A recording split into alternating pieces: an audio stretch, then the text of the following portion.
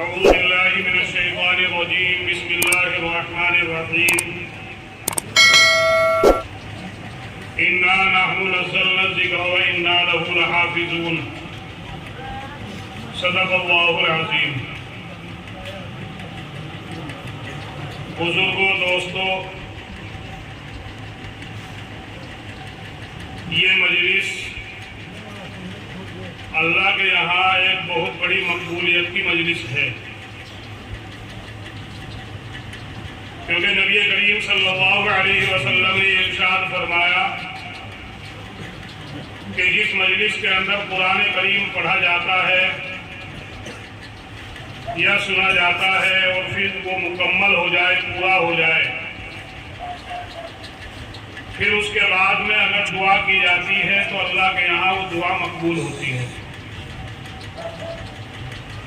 تو میرے دوستوں اور بزرگوں، یہ اللہ کا بہت بڑا فضل اور کرم ہے ان مسلمانوں کے اوپر کہ جنہوں نے اس رمضان مبارک کے مہینے کے اندر دنوں کے روزے رکھے اور راتوں کو تراویح پڑھی کہ جس کے اندر قرآن کریم کو پڑھا اور سنا کہ اللہ رب العزت آج ان لوگوں کے لیے مغفرت کے اور بخشش کے پروانے لکھے گا. یہ اللہ کا بہت بڑا فضل ہے، کیونکہ نبی کریم صلی اللہ علیہ وسلم نے فرمایا کہ اخیر عشرہ جو رمضان کا ہوتا ہے وہ اللہ کی طرف سے مغفرت، بخشش اور دوزخ سے آزادی کے پروانے کا ہوتا ہے. یعنی اس کو دوزخ سے آزادی کی چٹھی ملے گی کہ جس نے اس رمضان مبارک کے مہینے کی قدر کر کے دنوں کے روزے رکھے اور راتوں کی تراویح پڑھی. اس وقت قرآن کریم کی ایک آیت تلاوت فرمائی جس کے اندر اللہ رب العزت نے ارشاد فرمایا کہ ہم نے قرآن کریم کو اتارا اور ہم اس کی حفاظت کرنے والے ہیں. دوستو، جتنی کتابیں قرآن کریم سے پہلے اس دنیا کے اندر انبیاء کرام علیہ الصلوۃ والسلام کے اوپر اللہ نے اتاری تو اتار کر ان کی حفاظت کی ذمہ داری اللہ نے نہیں لی تھی، بلکہ جس قوم کی ہدایت کے لیے، جس قوم کی رہنمائی کے لیے ان کتابوں کو اتارا گیا تھا اسی قوم کے ذمے ان کی حفاظت رکھ دی تھی. مثال کے طور پر حضرت موسیٰ علیہ السلام کے اوپر اللہ نے توریت کو اتارا اور توریت کو اتار کر اس وقت جو آپ کی امت تھی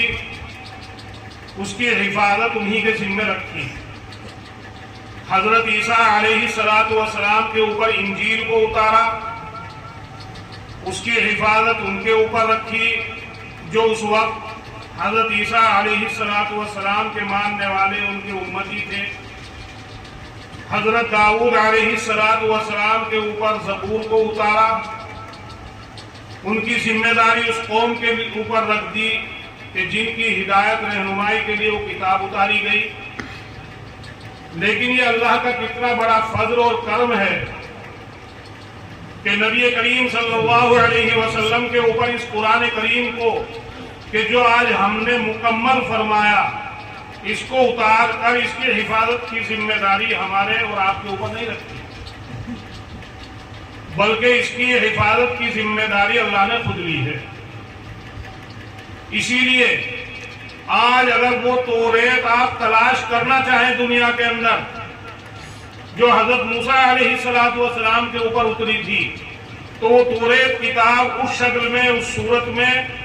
کہ جو حضرت موسیٰ علیہ السلام کے اوپر اتاری گئی تھی آپ کو نہیں ملے گی، کیونکہ اس قوم نے اس کی حفاظت نہیں فرمائی. اور اس انجیل کو جو حضرت عیسیٰ علیہ السلام کے اوپر اتری اگر اس کو تلاش کرنا چاہیں، یہ جو عیسائی انگریز جن کو ہم کہتے ہیں یہ حضرت عیسیٰ علیہ السلام کے ماننے والے ہی ہیں. ان کے پاس اگر آپ اس کتاب کو تلاش کریں گے تو وہ ہو کتاب نہیں مل سکتی. لیکن قرآن کریم جو اللہ نے آج سے 1400 سال پہلے نبی کریم صلی اللہ علیہ وسلم کے اوپر اتارا تھا، وہ آج بھی اسی طریقے سے موجود ہے. وجہ اس کی یہی ہے کہ اللہ نے اس کی حفاظت کی ذمہ داری لے رکھی ہے. اور ایک اللہ کا طریقہ اور ایک اللہ کا قانون یہ رہا کہ جس دور کے اندر جو باتیں دنیا کے اندر پائی جاتی تھی، اسی اعتبار سے اللہ رب العزت اپنے انبیاء کرام علیہ السلام کو معجزے عطا فرماتے تھے. معجزے کا مطلب ہے کہ نبی کے ذریعے ایسی بات کا ظاہر ہونا کہ جس کو لوگ دیکھ کر عاجز ہو جائے، اس جیسی وہ بات پیش نہ کر سکیں. یہ مطلب ہے معجزے کا ہونا. تو حضرت موسیٰ علیہ السلام جس دور کے اندر اللہ رب العزت نے اس دنیا کے اندر بھیجے، تو اس وقت جادوگری کا بہت زیادہ زور تھا. یعنی کوئی رسی کے سانپ بنا رہا ہے، کوئی لکڑی کے سانپ بنا رہا ہے، یعنی یہ جادوگری رائی تھی حضرت موسیٰ علیہ السلام کے دور میں. تو اللہ رب العزت نے حضرت موسیٰ علیہ السلام کو بھی ایسا ہی معجزہ عطا فرمایا کہ آپ کا جو عصا اور لاٹھی تھی، اس کو اللہ رب العزت نے آپ کو حکم دیا کہ آپ اس کو زمین پر ڈالیے، اور زمین پر ڈالتے ہی وہ بہت بڑا اژدہا بن جاتا تھا. اور یہ اس لیے دکھانا تھا تاکہ وہ لوگ کہ جو اپنے علم کے اندر ماہر تھے، اپنے جادوگری کے اندر ماہر تھے، وہ عاجز آ جائیں اور اس جیسا سانپ یا اس جیسا کوئی کام وہ کر دکھائیں اور نہ کر سکیں، اور پھر وہ حضرت موسیٰ علیہ السلام کے ماننے کے لیے تیار ہو جائیں. تو بزرگوں، دوستو، فرعون جو اس وقت کا سب سے بڑا ظالم اور سب سے بڑا حاکم تھا، کہ جو اپنے آپ کو خدا کہلواتا تھا، جب حضرت موسیٰ علیہ السلام نے اس کو دین کی طرف بلایا، اللہ کی طرف بلایا، تو اس نے یہی کہا کہ آپ کوئی ایسی بات دکھائیے کہ جس کو دیکھ کر میں مان جاؤں. چنانچہ وہی معجزہ جو حضرت موسیٰ علیہ السلام کو اللہ نے عطا فرمایا تھا کہ لاٹھی کو ڈالتے ہی بہت بڑا اژدہا بن جایا کرتا تھا، بہت بڑا سانپ بن جایا کرتا تھا، وہ دکھایا. تو فوراً وہ کہنے لگا کہ یہ تو ہمارے لوگ بھی کرتے ہیں. چنانچہ ایک دن رکھ دیا گیا کہ مقابلہ ہوگا. اپنے جادوگروں کو بھی اس نے بلایا. حضرت موسیٰ علیہ السلام بھی وہاں پہنچ گئے جہاں وہ دن مقرر کیا گیا تھا مقابلے کا. چنانچہ حضرت موسیٰ علیہ السلام نے ان کو کہا کہ تم پہلے اپنی کاریگری دکھاؤ. چنانچہ انہوں نے رسی ڈالی، بہت سے لاٹھی ڈالی کہ جس کے سانپ بن گئے، جو بھی جادوگر تھے. اب اس کے بعد میں حضرت موسیٰ علیہ السلام نے اپنا عصا ڈالا تو وہ اتنا بڑا اژدہا بنا، اتنا بڑا سانپ بنا کہ وہ جو سانپ اور تھے ان کو تمام کو نگل گیا. فوراً وہ جادوگر کہ جو اپنی جادوگری کے اوپر جن کو بہت بڑا گمان تھا، بہت بڑا تکبر تھا، فوراً سجدے کے اندر گر گئے اور کہنے لگے کہ یہ جادو نہیں، بلکہ یہ تو اور کوئی طاقت ہے کہ جس کی وجہ سے ہماری جادوگری فیل ہو گئی. اور وہ کون سی طاقت ہے؟ وہ اللہ کی طاقت ہے. تو اس بات کو دیکھ کر ہی وہ حضرت موسیٰ علیہ السلام کے اوپر ایمان لے آئے. تو کہنے کا مقصد یہ ہے کہ جس دور کے اندر جیسی بات پائی جاتی تھی، اسی اعتبار سے اللہ رب العزت اپنے انبیاء کرام علیہ السلام کو معجزہ عطا فرمایا کرتے تھے، تاکہ وہ سمجھدار لوگ، وہ عقل مند لوگ کہ جو اپنے علم میں ماہر ہوتے تھے، وہ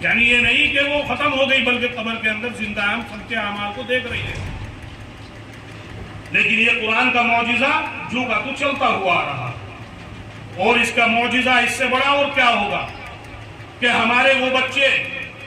کہ جو ابھی اپنے کپڑوں کو صاف بھی رکھنا نہیں جانتے, ابھی ان کو صحیح طریقے سے پاکی اور ناپاکی کا بھی علم نہیں ہے,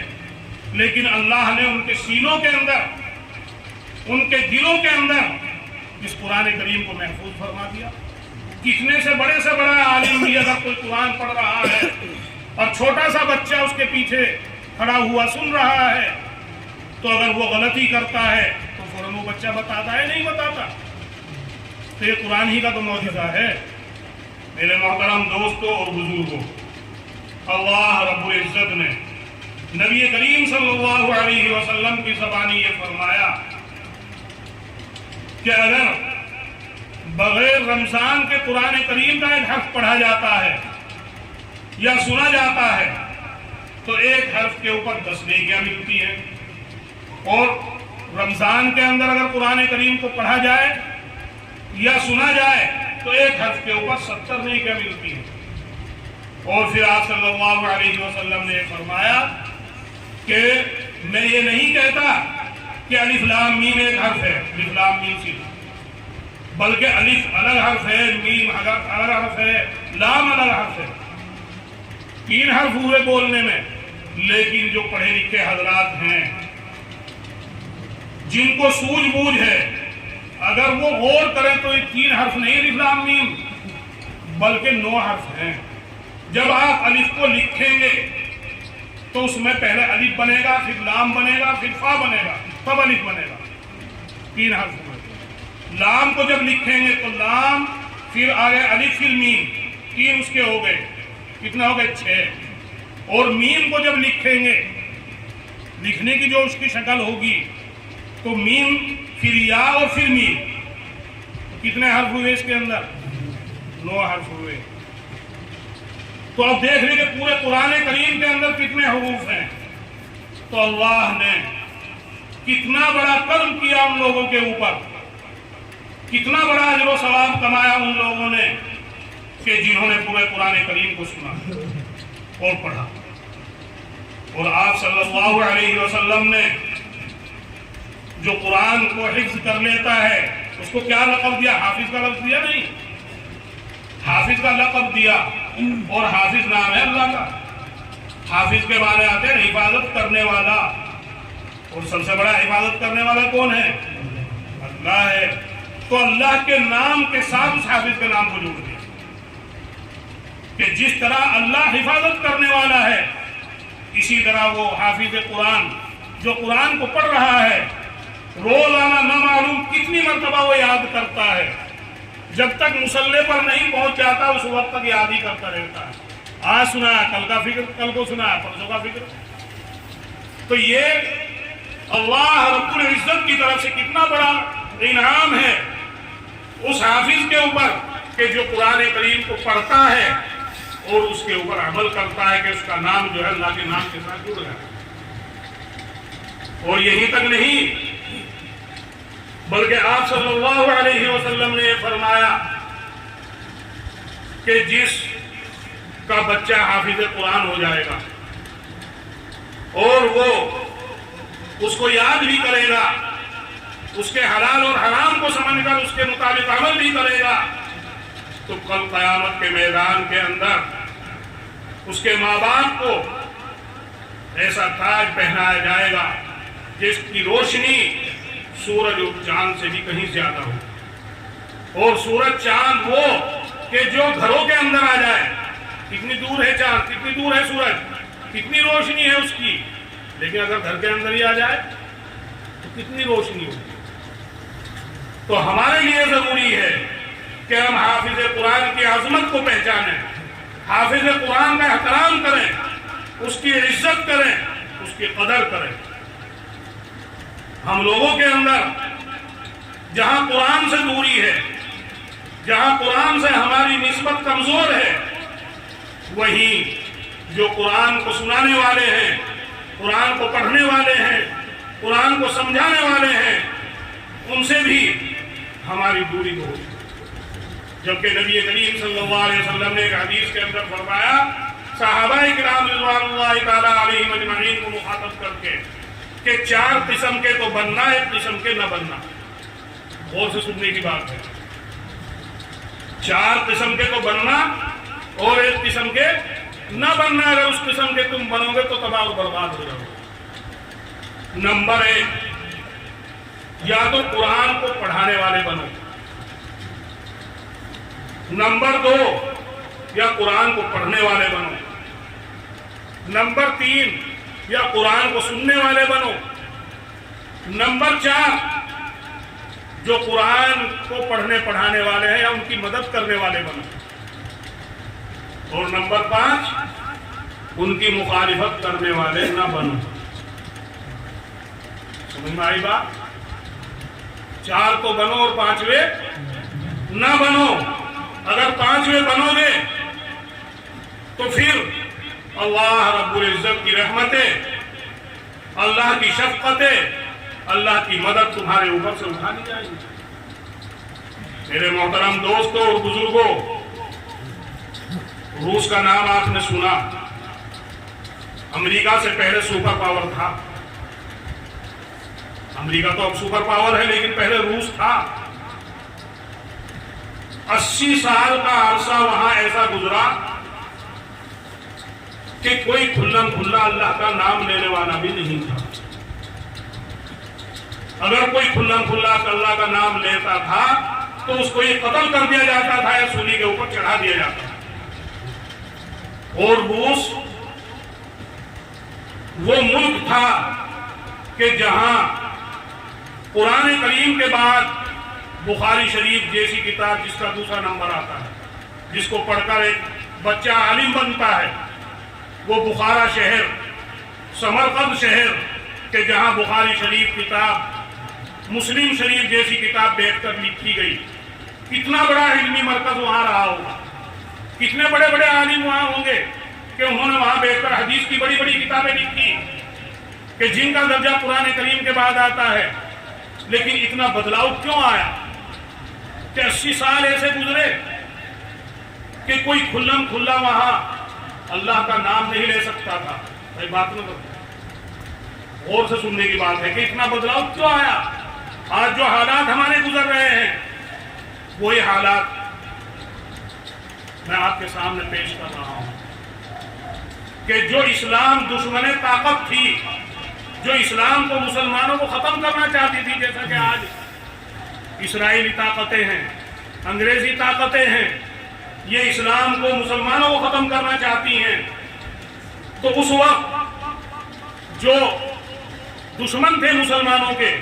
انہوں نے اپنی ایک میٹنگ کی اور میٹنگ کے اندر انہوں نے یہ بات رکھی کہ تم مسلمانوں کے اوپر کس طرح قابو پا سکتے ہو،